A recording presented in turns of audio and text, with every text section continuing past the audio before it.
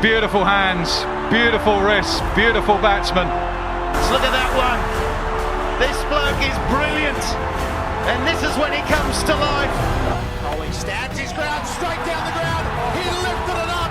That is a shot of an emperor. The man is a genius. He's not just a king. He's a genius.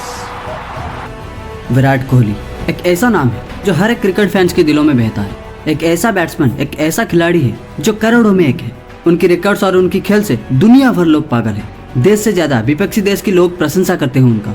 उनके हर एक innings, हर एक shot को देखने के लिए stadium में सीट्स की कमी होती है। एक ऐसा खिलाड़ी है जो हर मुसीबत को सामना करके आए हैं इस स्तर पर, चाहे वो उनके पिताजी का डेथ हो या लाखों लोगों की ट्रोलिंग्स या फिर अपनी फील्ड में हुई लोगों की प्रेशर। वो हर एक मुसीबत को अपने दम पर सामना करके आए हैं इस स्तर पर। इसीलिए दुनिया उनको किंग ऑफ क्रिकेट के नाम पर जानते हैं, उनको किंग कोहली कहकर बुलाते हैं। तो आज हम जानेंगे किंग कोहली के द्वारा की गई 3 अविश्वसनीय कार्य, जिसको जानना और उसके पीछे रियलिटी को समझना बहुत ही जरूरी है आजकल के यंगस्टर्स को। क्योंकि आज की 5G जमाना हमारे यूथ के ऊपर इतना हावी हो चुका है कि उनको एक आदत सी लग गई है स्पीड में सब कुछ पाने की। जैसे वो जितना स्पीड से एक एप्लीकेशन को डाउनलोड करते हैं, उनको उतना ही स्पीड से लाइफ में सक्सेस को हासिल करना है। वो बस 2-4 दिन मेहनत कर लेंगे और 5वें या 6ठे दिन में उनको रिजल्ट मिलना ही चाहिए। ये एक हैबिट बन गई है हमारी यूथ की। तो ये हैबिट को तोड़ने के लिए, रियलिटी क्या जानने के लिए आपको ये वीडियो पूरा देखना पड़ेगा। तो वीडियो को कहीं पर भी स्किप मत करना, वरना आप बहुत कुछ मिस कर जाओगे अपनी लाइफ में। तो उससे पहले अगर आपको इस वीडियो से कुछ भी सीखने को मिलता है तो इस वीडियो को लाइक जरूर कर देना और इस चैनल को सब्सक्राइब जरूर कर देना, ताकि आगे ऐसे ही वीडियो और देखने मिले।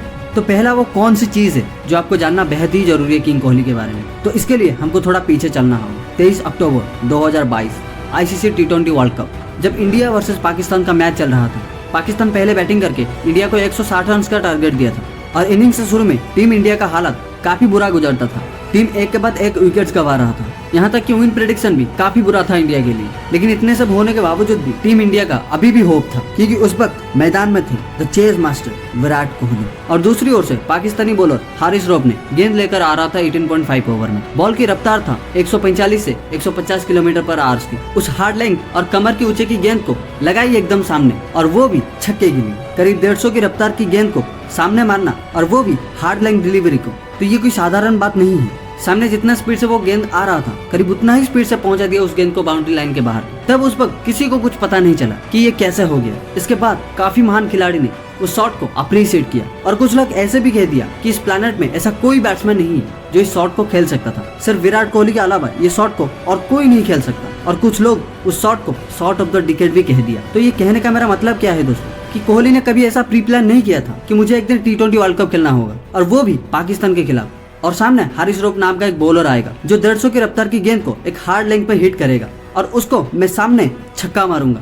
और फिर उसके बाद मुझे चारों तरफ से अप्रिसिएशन मिलेगा। मुझे लोग वर्ल्ड का बेस्ट कहकर बुलाएंगे। वो कभी ऐसा नहीं सोचे थे, ना ही इसको लेकर वो कभी चिंतित थे। वो बस मेहनत करते रहे, अपने लेवल को डे बाय डे बढ़ाते रहे, और जो भी इसमें आया करने के लिए उसमें वो अपनी स्किल्स और अपनी एक्सपीरियंस को डालते रहे। बस उसके बाद रिजल्ट्स आपके सामने। तो आपको भी ऐसा ही सोचकर काम करना होगा। रिजल्ट्स के बारे में मत सोचो, क्योंकि वो आपकी फ्यूचर है, उसको आप चेंज नहीं कर सकते हो। आप अपने वर्तमान को चेंज कर सकते हो सही से मेहनत करके, और उसको समय के साथ साथ अपग्रेड कर सकते हो, और उसके बाद जो रिजल्ट आएगा वो आपकी फ्यूचर को बदल देगा। इसीलिए काम करो, लेकिन रिजल्ट्स के बारे में मत सोचो।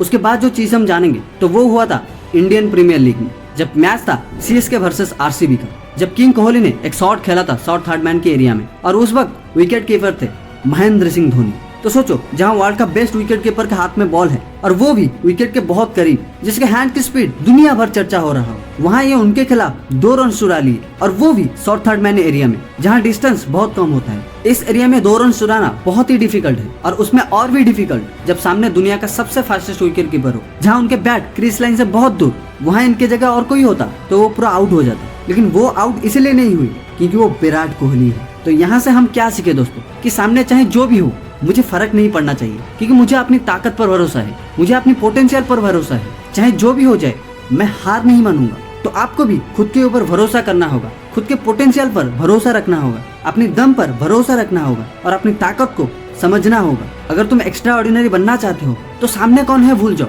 उनके पास क्या है, वो क्या कर सकता है, इन सब को अपने दिमाग से हटा दो। बस आप क्या कर सकते हो उसको सोचो और उसको करो। बाकी रिजल्ट्स आपको बहुत ही आसानी से मिल जाएगा।